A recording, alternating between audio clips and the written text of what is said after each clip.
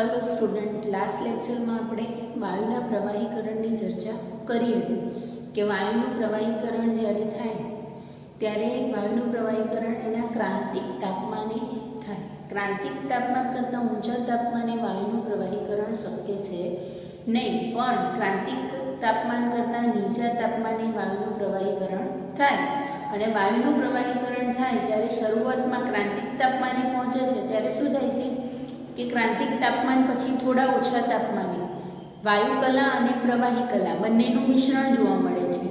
અને આ વાયુકલા અને જે પ્રવાહી કલા છે એ પ્રવાહી કલામાં જે હદ રેખા છે અદૃશ્ય જે તાપમાને થાય એ તાપમાનને આપણે શું કહીએ છીએ? ક્રાંતિક તાપમાન તરીકે ઓળખી શકીએ છીએ. હવે જ્યારે પણ કોઈ પણ વાયુ હોય, આ ટોપિક લખી રાખજો, નીટ અને જેડબલઈના એમસીક્યુમાં ઉપયોગી છે કે જે કોઈ પણ વાયુનું ક્રાંતિક તાપમાન વધારે એનું પ્રવાહીકરણ ઝડપી થાય. તમને 2-3 વાયુ આપી દીધા હોય અને એમ કીધું હોય કે આમાંથી કયા વાયુનું પ્રવાહીકરણ ઝડપથી થશે, તો જે વાયુનું ક્રાંતિક તાપમાન વધારે એ વાયુમાં પ્રવાહીકરણ પહેલાં થશે. જેનું ક્રાંતિક તાપમાન વધારે એનું પ્રવાહીકરણ ઝડપી થાય. અહીંયા આપણે વાયુની ટોટલી ચર્ચા પૂરી થાય છે. હવે પ્રવાહીના ગુણધર્મો વિશે આપણે જોઈશું કે પ્રવાહીના જે સામાન્ય ગુણધર્મો છે એ તો તમને ખબર છે, પણ પ્રવાહીના મુખ્ય ગુણધર્મોમાં આપણે બાષ્પ દબાણ, પૃષ્ઠતાણ અને સ્નિગ્ધતા વિશે શીખવાનું છે. એમાં પહેલો પોઈન્ટ આપણો છે બાષ્પ દબાણ. બાષ્પ દબાણ કોને લઈશું?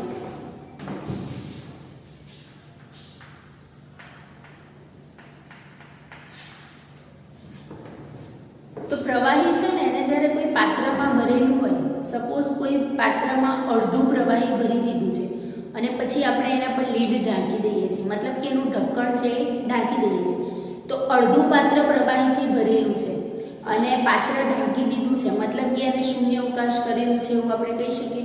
તો શૂન્યાવકાશ કરેલા કોઈ પણ પાત્રમાં પ્રવાહી ભરેલું હોય ને તો એ પ્રવાહી શું કરશે કે એ જે ખાલી પાત્ર છે ને એને પોતાની બાષ્પથી એ ભરી નાખે છે. એટલે શરૂઆતમાં શું થાય કે પાત્રની જે દિવાલો હોય એ દિવાલો પર દબાણ વધારે હોય, પણ એક સમય એવો આવે છે કે જે પ્રવાહી છે એ પ્રવાહી અને એમાં જે બાષ્પ છે એ બાષ્પ એનું દબાણ છે એ કેવું થઈ જાય છે? સરખું થઈ જાય છે. અને આ દબાણ જ્યારે સરખું થઈ જાય ને ત્યારે જે દબાણ હોય ને એને આપણે સંતૃપ્ત દબાણ અથવા તો સંતુલિત દબાણ તરીકે ઓળખી શકીએ છીએ. શું થાય કે કોઈ પાત્રમાં પ્રવાહી ભરેલું છે, આ પાત્રમાં સપોઝ મેં અડધું પ્રવાહી ભરી દીધું છે અને એની પર મેં લીડ ઢાંકી દીધું છે, તો શું થશે કે આ અડધું પ્રવાહી છે ને એ પાત્રનું અડધું પ્રવાહી એ ખાલી પાત્રને વાયુથી ભરી દે. અહીંયા શું હોય? બાષ્પ હોય. બાષ્પ શું છે? વાયુ છે અને અહીંયા પ્રવાહી છે. તો આ બાષ્પ છે એ પણ બાષ્પ દબાણ લગાવે છે અને આ પ્રવાહી છે એ પણ દબાણ લગાવશે, તો આપણે કહી શકીએ. તો એક સ્ટેજ એવો આવશે કે આ બાષ્પ દ્વારા શરૂઆતમાં તો પાત્રની દિવાલો પર તો દબાણ વધારે હશે જ, પણ એક સ્ટેજ એવો આવે કે આ બાષ્પ દબાણ અને પ્રવાહીનું દબાણ બંને દબાણ છે એ કેવા થઈ જશે? સરખા થઈ જશે. અને એ દબાણ બંને જ્યારે સરખા થાય ત્યારે આપણે એને શું કહીશું? સંતૃપ્ત દબાણ અથવા તો સંતુલિત દબાણ. કે પ્રવાહી અને બાષ્પના દબાણ જ્યારે સંતુલિત સ્થિતિમાં હોય અથવા તો સંતુલનમાં હોય ત્યારે તે દબાણને સંતૃપ્ત દબાણ તરીકે ઓળખવામાં આવે છે. સંતૃપ્ત અથવા સંતુલિત દબાણ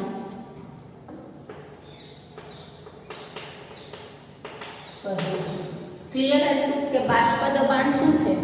તો પ્રવાહીની જે બાષ્પ છે એ બાષ્પ દબાણ લગાડે એને આપણે શું કહીએ છીએ? બાષ્પ દબાણ તરીકે ઓળખી શકીએ. કે પ્રવાહીની બાષ્પ દ્વારા લાગતા દબાણને આપણે બાષ્પ દબાણ કહીશું. પ્રવાહીની બાષ્પ દ્વારા લાગતા દબાણને બાષ્પ દબાણ કહે છે. હવે નોર્મલી વિચારીએ તો બાષ્પ થવા માટે બાષ્પીભવનની પ્રક્રિયા થાય, પણ પ્રવાહીનું બાષ્પ દબાણ છે એ તાપમાન પર આધારિત છે. આપણને ખબર છે કે તાપમાનમાં આપણે વધારો કરીશું તો પ્રવાહી જે છે એ બાષ્પમાં ઝડપથી ફેરવાતું હોય છે. તો પ્રવાહીનું બાષ્પ દબાણ તાપમાન પર આધારિત છે. જેમ તાપમાન વધશે એમ એની બાષ્પ વધારે બનશે, પ્રવાહીમાંથી વાયુ ઝડપી બનશે, અને વાયુ વધુ બનશે તો એનું બાષ્પ દબાણ પણ શું થશે? વધશે. તો પ્રવાહીનું બાષ્પ દબાણ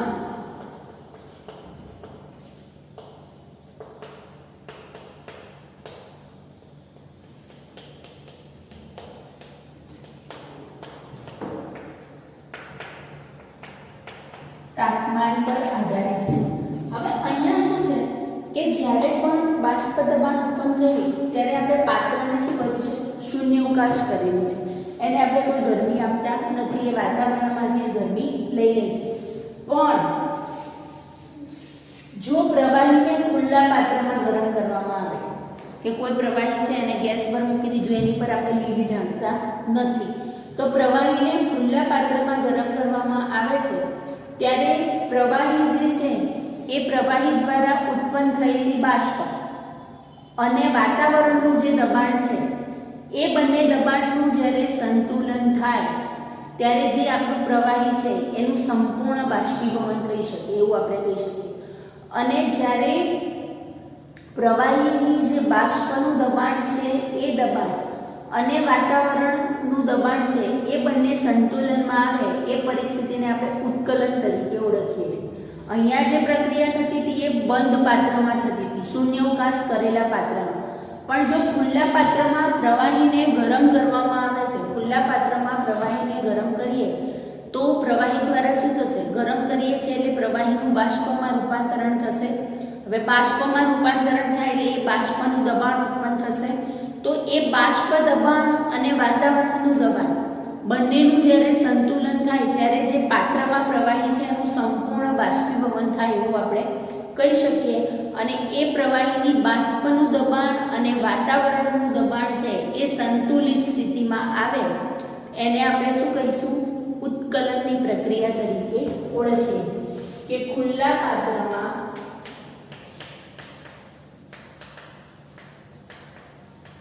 પ્રવાહીને ગરમ કરતા પ્રવાહીની બાષ્પ અને પ્રવાહીની બાષ્પના દબાણ અને વાતાવરણના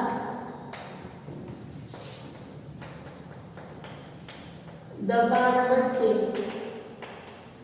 સંતુલન સ્થપાય તેને ઉત્કલન કહે છે. અને જે તાપમાને આ ઉત્કલનની પ્રક્રિયા થાય એને આપણે શું કહીએ છીએ? ઉત્કલન બિંદુ. કે જે તાપમાને ઉત્કલનની પ્રક્રિયા થાય એને ઉત્કલન બિંદુ કહેવાય. અથવા તો આને ઉત્કલન બિંદુની ડેફિનેશન એવી કરી શકીએ કે બાષ્પ દબાણ અને વાતાવરણના જે તાપમાને બાષ્પ દબાણ અને વાતાવરણના દબાણમાં સંતુલન સ્થપાય તે તાપમાનને ઉત્કલન બિંદુ તરીકે ઓળખવામાં આવે છે. કે બાષ્પ દબાણ અને વાતાવરણના દબાણ વચ્ચે સંતુલન જે તાપમાને થાય તેને ઉત્કલન બિંદુ કહે છે. હવે ઉત્કલન બિંદુ છે જનરલી અત્યાર સુધી આપણે એવું શીખીને આવ્યા છે કે જે તાપમાને પ્રવાહીનું વાયુમાં રૂપાંતર થાય એને પણ આપણે શું કહીએ છીએ? ઉત્કલન બિંદુ તરીકે ઓળખીએ છીએ. અહીંયા થઈ તો એ જ વસ્તુ કે પ્રવાહીનું બાષ્પમાં રૂપાંતરણ થયું અને એ જે બાષ્પ છે એ બાષ્પનું દબાણ અને વાતાવરણનું દબાણ જે તાપમાને સંતુલિત સ્થિતિમાં હોય છે એને આપણે શું કહીએ છીએ? ઉત્કલન બિંદુ. હવે સંતુલિત સ્થિતિ એટલે કે બંનેનું તાપમાન સરખું થાય. હવે ઉત્કલન બિંદુ છે એમાં સામાન્ય ઉત્કલન બિંદુ પણ હોય, સામાન્ય ઉત્કલન બિંદુ અને પ્રમાણિત ઉત્કલન બિંદુ. સામાન્ય ઉત્કલન બિંદુ છે વાતાવરણ દબાણે જોવા મળે.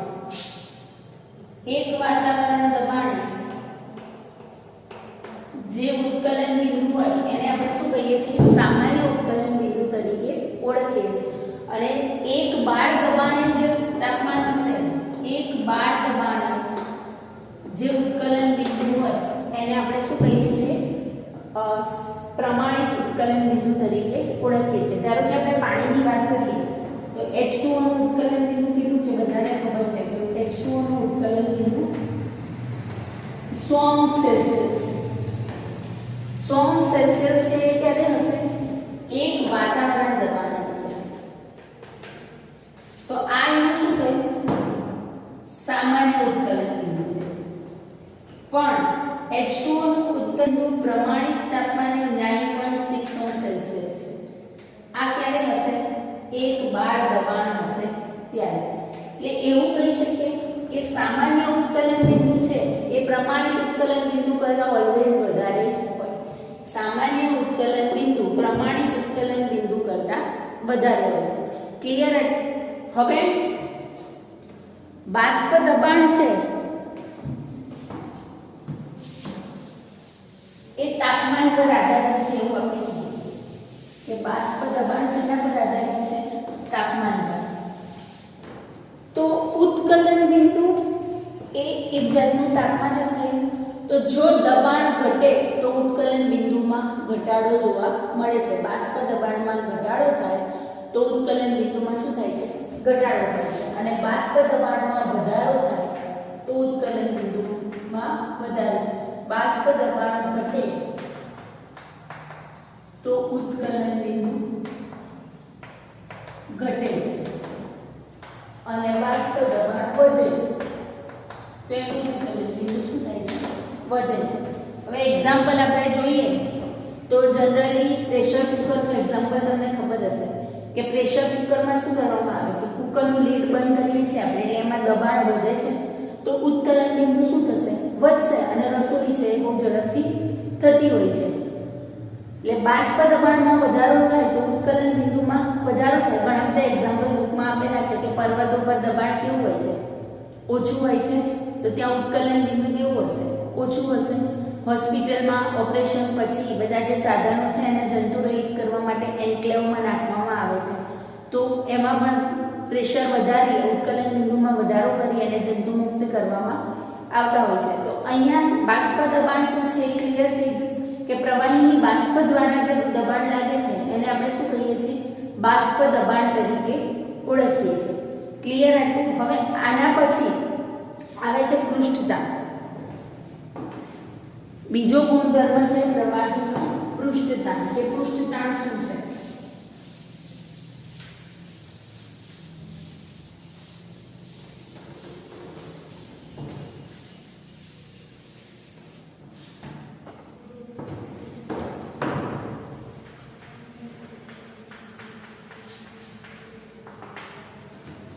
તમે જોયું હશે થર્મોમીટરમાં પારો હોય છે એ જ્યારે આપણે ટેમ્પરેચર મેઝર કરીએ છીએ, તાપમાન માપીએ છીએ ત્યારે પારો ઓલવેઝ મણકા સ્વરૂપે ઉપર જતો હોય છે કે પ્રવાહી છે. આપણને ખબર છે કે પારો ધાતુ છે પણ પ્રવાહી ધાતુ છે. આગળ આપણે શીખી ગયા છે. પણ એ ઓલવેઝ ગોળાકાર મણકા સ્વરૂપે હોય છે. એનું કારણ શું છે? પૃષ્ઠતાણ. કદાચ જોયું હોય તો પાણીની નળી હોય અથવા તો કોઈ કાચની નળી હોય ને એમાં પાણી કેશાકર્ષણથી ઉપર આવે છે. આ બધું આગળના ધોરણમાં શીખેલા છે. એ બધા માટે જવાબદાર કોણ છે? પૃષ્ઠતાણ છે. નદીની રેતી જુઓ ને તો જ્યારે ચોખ્ખા એકદમ ક્લીન પાણીમાં હોય ને તો નીચે આ બધા અલગ કણો આપણને દેખાય છે પણ જ્યારે એને બહાર લાવીશું ને તો એ કણો છે ને અલગ આપણને દેખાય નહીં. આ બધું છે એ પૃષ્ઠતાણ પર આધારિત છે કે પૃષ્ઠતાણ છે શું? તો શું કે પ્રવાહી છે એને જ્યારે કોઈ પાત્રમાં ભરીએ આપણે ત્યારે એ બધા પ્રવાહીના આપણા અણુ છે એવું કહી શકું કે એને પાત્રમાં ભર્યું હોય તો પ્રવાહીના અણુ આ બધા સપાટી પરના અણુ હશે. તો સપોઝ હું આ અણુની વાત કરું તો એ અણુને આ તરફથી પણ આકર્ષણ બળ લાગે. આ અણુ પણ એને આકર્ષણ બળ લગાડતો હશે. આ પણ આકર્ષણ બળ લગાડતો હશે. આ અણુ પણ આકર્ષણ બળ લગાડે છે એવું કે એટલે કે એને બધી આકર્ષણ બળ લાગે છે અને આપણને ખબર છે કે મૂલ્ય અને દિશા એનું સરખું હોય તો એ આપણે અવગણી શકીએ એવું. પણ આ સપાટી પરના જે અણુ છે એ અણુને આ બાજુથી આકર્ષણ બળ લાગે છે, પણ એને ખેંચવા વાળો આ બાજુથી તો કોઈ અણુ છે નહીં. એટલે કે સપાટી પરના જે અણુઓ છે એ અણુઓને અંદરના જે અણુ છે એ આકર્ષણ બળથી પોતાની તરફ ખેંચે છે અને ત્યારે જે બળ લગાડે છે એને આપણે શું કહીશું? પૃષ્ઠતાણ તરીકે ઓળખી શકીએ છીએ. પૃષ્ઠતાણ શું છે? તો સપાટીની અંદર રહેલો જે અણુ છે એને કોઈ ચોખ્ખું આકર્ષણ બળ લાગે છે એવું આપણે કહી શકીએ નહીં, કારણ કે વચ્ચે સપાટીની અંદરનો જે અણુ છે એમાં તો બધા જ અણુઓ છે એ બધી બાજુથી આકર્ષણ બળ લગાડે છે એવું કહેવાય. પણ સપાટી પરનો જે અણુ છે એને શું છે કે અંદરનો અણુ છે એ પોતાની તરફ ખેંચે છે, તો સામેની તરફ ખેંચવા વાળો બીજો કોઈ અણુ છે નહીં. તો આ જ્યારે અંદરનો અણુ સપાટીના અણુને પોતાની તરફ ખેંચે છે જે આકર્ષણ બળથી, એ આકર્ષણ બળને આપણે શું કહીએ છીએ? પૃષ્ઠતાણ તરીકે ઓળખીએ છીએ. પૃષ્ઠતાણની ડેફિનેશન મારે કરવી હોય તો હું શું કરી શકું? કે પ્રવાહીની સપાટી પર રહેલા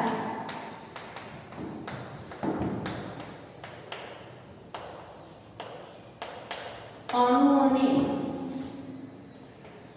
લંબ તરફ લાગતા, સપાટીની લંબ તરફ લાગતા, પ્રવાહીની સપાટી પર રહેલા અણુઓને સપાટીને લંબ લાગતા આકર્ષણ બળને પૃષ્ઠતાણ કહેવાય. પૃષ્ઠતાણ શું છે? તો સપાટીની અંદરના જે અણુઓ છે એ સપાટીની ઉપર જે અણુ રહેલા છે, સપાટી પરના અણુઓને આ લંબ રૂપે આકર્ષણ બળ લગાડે છે એવું આપણે કહી શકીએ. તો સપાટીને લંબ રૂપે લાગતા આકર્ષણ બળને આપણે શું કહીશું? પૃષ્ઠતાણ તરીકે ઓળખીશું. અને પૃષ્ઠતાણને ઘેમાં વડે દર્શાવવામાં આવે છે. પૃષ્ઠતાણને ઘેમાં વડે દર્શાવાય છે. હવે શું થશે કે સપાટીના જે અણુઓ છે એ અણુને અંદરના અણુ આકર્ષણ બળથી પોતાની તરફ ખેંચે છે. એટલે પ્રવાહીનો ગુણધર્મ શું થાય કે પ્રવાહી પોતાની સપાટી છે એ ઓછી કરવાનો પ્રયત્ન કરે. જો આ બધા જ અણુઓ છે એને બધા જ અંદરના અણુ પોતાની તરફ ખેંચે તો આ સપાટી છે એ ઓછી થાય. પણ એ સપાટી આપણે જાળવી રાખવી છે. આ સપાટીને જાળવી રાખવી હોય તો શું કરવું પડે? બળ લગાડવું પડે. કે પ્રવાહીની સપાટી જાળવી રાખવા માટે બળ લગાવવું પડે અને એ બળ દરમિયાન પ્રવાહીની સપાટી જાળવી રાખવા માટે જે ઊર્જા વપરાય છે એને આપણે શું કહીશું? પૃષ્ઠતાણ ઊર્જા તરીકે ઓળખીએ છીએ. અહીંયા તો મેં કીધું કે પ્રવાહીની સપાટી પરના જે અણુઓ છે એને લંબ રૂપે આકર્ષણ બળ લાગે, એટલે આકર્ષણ બળ લાગે છે એટલે આ સપાટી નીચે જવાનો પ્રયત્ન કરે. પણ મારે તો આ સપાટી જાળવી જ રાખવી છે, તો મારે શું કરવું પડે? અહીંયા બળ લગાડવું પડે કે આ બાજુ બળ લાગે તો આ અણુ અહીંયા સપાટી પર રહે. તો ત્યારે જે ઊર્જા હોય છે એને આપણે શું કહીએ છીએ? પૃષ્ઠ ઊર્જા તરીકે ઓળખીએ છીએ. તો પૃષ્ઠ ઊર્જાની વ્યાખ્યા શું થાય? કે પ્રવાહીની સપાટીનું ક્ષેત્રફળ જાળવી રાખવા માટે વપરાતી પ્રવાહીની સપાટીનું ક્ષેત્રફળ જાળવી રાખવા માટે વપરાતી ઊર્જાને પૃષ્ઠતાણ ઊર્જા કહે છે. હવે આ પૃષ્ઠતાણ ઊર્જાનું જે એકમ છે એ શું થશે? જૂલ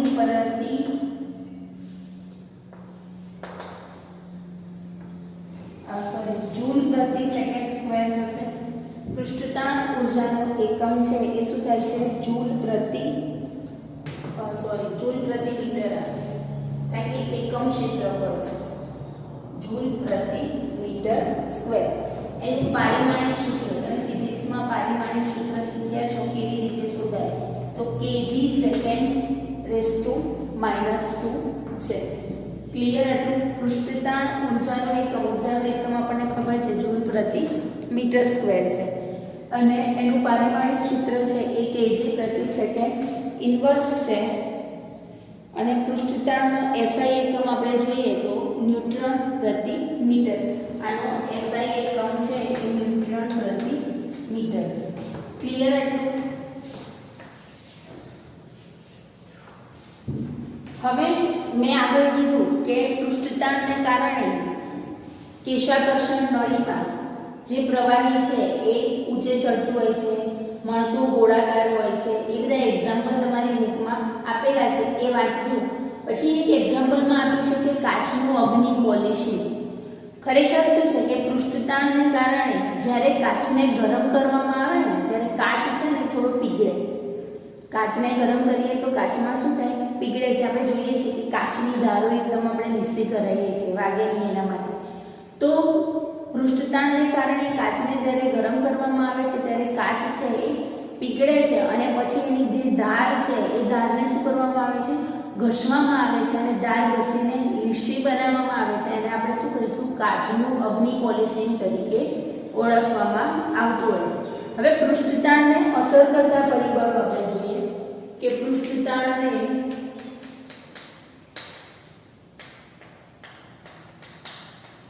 અસર કરતા પરિબળો. તો જ્યારે પૃષ્ઠતાણ કોઈ પણ પ્રવાહી છે એનું મેં કીધું કે પ્રવાહીનું જે ડ્રોપ છે એ ઓલવેઝ ગોળાકાર હોય છે. પણ શું થાય કે પ્રવાહી જ્યારે સપાટી પર હશે ને ત્યારે ગુરુત્વાકર્ષણ બળની અસર હેઠળ છે એવું આપણે કહી શકીએ. તો પ્રવાહીનું બુંદ જ્યારે ગુરુત્વાકર્ષણ બળની અસર હેઠળ હોય ત્યારે એની જે એના જે અણુઓ છે એ કેવા હશે? ગોળાકાર નહીં હોય પણ થોડા સપાટ હશે. ગુરુત્વ બળની અસર હેઠળ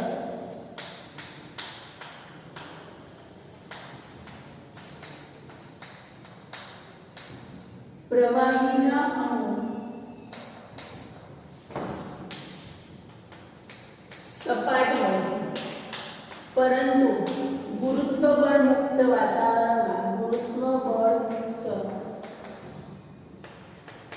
વાતાવરણમાં તે ગોળાકાર હોય છે. હવે પૃષ્ઠતાણને અસર કરતા પરિબળોમાં આવશે આંતરાણ્વીય આકર્ષણ બળ.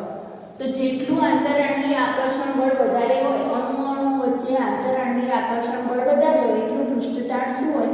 વધારે હોય. કારણ કે આપણે હમણાં કીધું કે અંદરની સપાટીના જે અણુઓ છે એ બહારની સપાટીના અણુને પોતાની તરફ ખેંચે છે. એટલે કે જેટલું આંતરાણ્વીય આકર્ષણ બળ વધારે એટલું પૃષ્ઠતાણ વધારે. તો પૃષ્ઠતાણને અસર કરતા પરિબળોમાં એક આંતરાણ્વીય બળ વધે તો પૃષ્ઠતાણ શું થાય? વધે. પૃષ્ઠતાણ પર તાપમાનની અસર શું થાય? તો તાપમાન વધે તો પૃષ્ઠતાણ ઘટે. કેમ? તો તાપમાન વધે તો અણુઓની ગતિ ઊર્જા છે એ શું થાય છે? વધે છે. ગતિ ઊર્જા વધશે એટલે એમાં આંતરાણ્વીય આકર્ષણ બળ કેવું થશે? ઓછું થશે. અને આંતરાણ્વીય આકર્ષણ બળ ઘટે તો પૃષ્ઠતાણ શું થાય છે? ઘટે છે. ક્લિયર હતું કે તાપમાન વધે તો અણુઓની ગતિ ઊર્જામાં વધારો થાય છે અને ગતિ ઊર્જામાં વધારો થાય છે એટલે શું થાય? એના પૃષ્ઠતાણમાં ઘટાડો જોવા મળે છે. કારણ કે પૃષ્ઠતાણ છે તો શું? એક પ્રકારનું બળ જ છે. ક્લિયર હતું? આના પછી આવશે સ્નિગ્ધતા.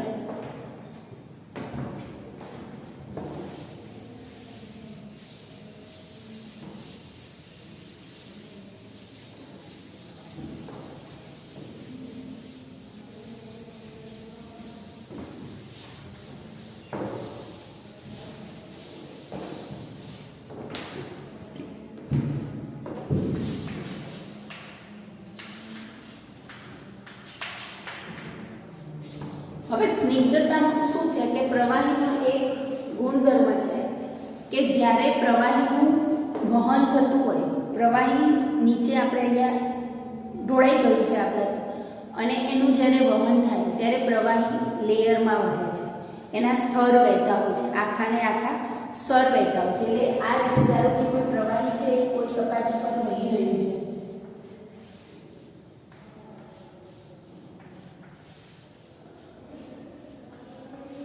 તો આ લેયરમાં પહેલા આ લેયર જાય, પછી આ લેયર જાય, પછી આ લેયર જાય, એમ એનું સ્તરમાં વહન થતું હોય છે. અને જ્યારે અહીંયાથી આ લેયર જાય ત્યારે આ નીચેનું જે લેયર છે, નીચેનું જે સ્તર છે, એ સ્તર એને અટકાવવા માટે શું કરે છે? અવરોધ ઊભો કરે છે. અને એ જે અવરોધક બળ લાગે છે એને આપણે શું કહી શકીએ છીએ? સ્નિગ્ધતા કહી શકીએ છીએ. કે પ્રવાહીનું જ્યારે વહન થતું હોય ત્યારે એક સ્તરનું વહન થતું અટકાવવા માટે જે અવરોધક બળ ઉત્પન્ન થાય છે એને આપણે શું કહીશું? સ્નિગ્ધતા તરીકે ઓળખીએ છીએ. કે પ્રવાહીના વહન દરમિયાન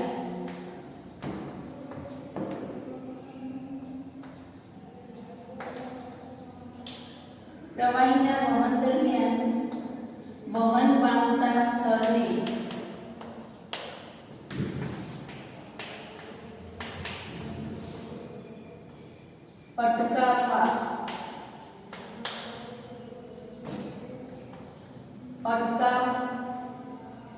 અટકાવતા અવરોધક બળને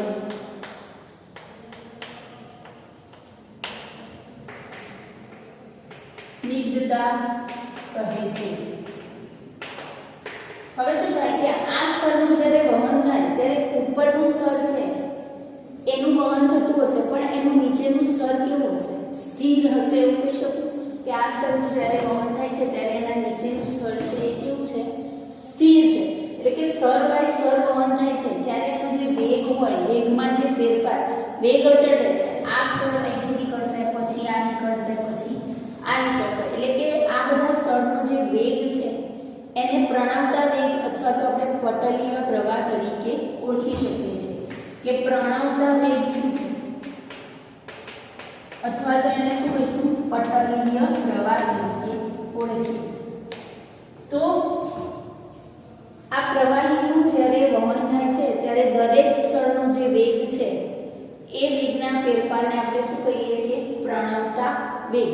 હવે એ જે પ્રણવતા વેગ છે એ વહન જે સ્થિર સ્તર અને વહન પામતું જે સ્તર છે એના અંતર પર આધારિત હોય છે.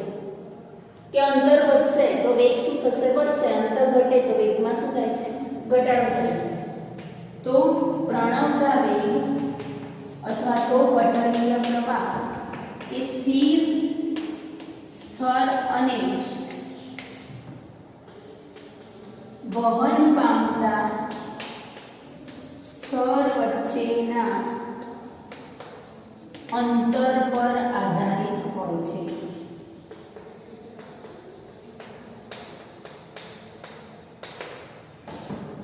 હવે સ્નિગ્ધતાનું ગાણિતીય સ્વરૂપ કેવું છે? આ બધું ટૂંક નોંધમાં પૂછાય તમારે.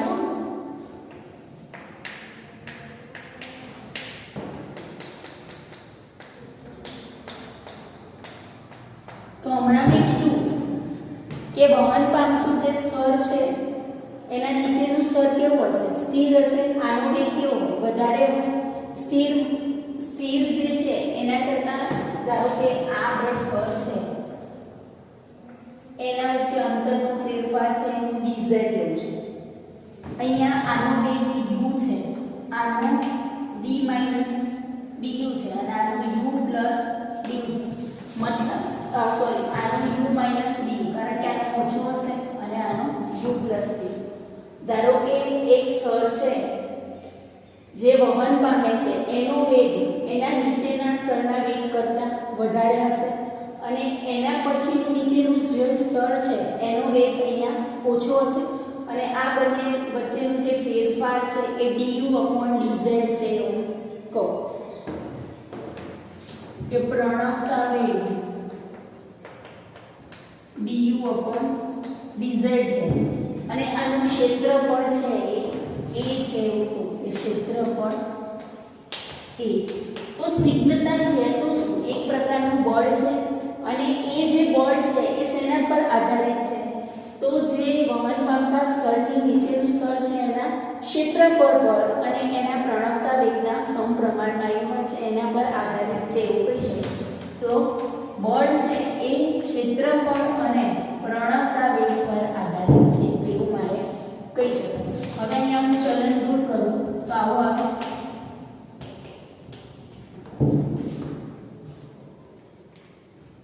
સ્નિગ્ધતા એક પ્રકારનું બળ છે અને એ બળ છે એ શેના પર આધારિત છે તો વહન પામતા સ્થળની નીચેનું જે સ્થળ છે એના ક્ષેત્રફળ પર અને એના પ્રણવતા વેગ પર આધારિત છે.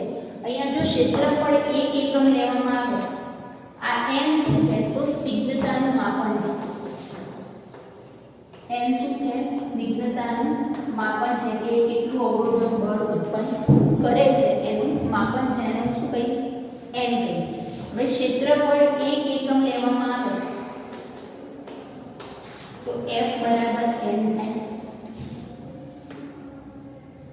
ક્ષેત્રફળ છે એ હું 1 એકમ લઉં તો શું થાય F બરાબર n અને આ n નો જે એકમ છે એ પોઈસ નામના વૈજ્ઞાનિકે આપ્યો હતો એટલે n નો એકમ છે એ શું છે પોઈસ છે એવું કહીશું. અને આ પ્રમાણે હું n નો એકમ લેવા જાઉં તો મારે બળનો અને ક્ષેત્રફળનો એકમ લેવો પડે. તો બળનો એકમ તો મને ખબર છે કે ન્યૂટન અને ક્ષેત્રફળ છે એ ચોરસ મીટરમાં છે એવું કહીશું. તો પાછો n નો એકમ છે એ આવી રીતનો થાય કે ન્યુટ્રોન પર મીટર. ક્લિયર? એટલું કે સ્નિગ્ધતા શું છે ક્લિયર કે અવરોધક બળ છે કે સ્તરનું જ્યારે વહન થાય એ વહન અટકાવવા માટે જે અવરોધક બળ લાગે છે એને આપણે શું કહીએ છીએ સ્નિગ્ધતા તરીકે ઓળખીએ છીએ.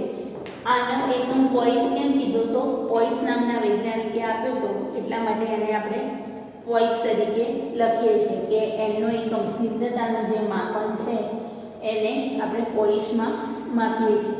તો અહીંયા જે આપણું ચેપ્ટર છે એ પૂરું થાય છે. આ જે ટોપિક આપણે પાછળથી કરાયા એ બધા ટોપિકના MCQ છે એ MCQ બાકી છે. બાકી લગભગ ચેપ્ટર અહીંયા પૂરું થાય છે. એક્સરસાઇઝમાં પણ આપણે 20 સુધીના સમ કરેલા છે કે 1-2 સમ બાકી છે એ જ્યારે આપણે નેક્સ્ટ લેક્ચરમાં MCQ કરીશું એ વખતે જોઈ લઈશું. ઓકે.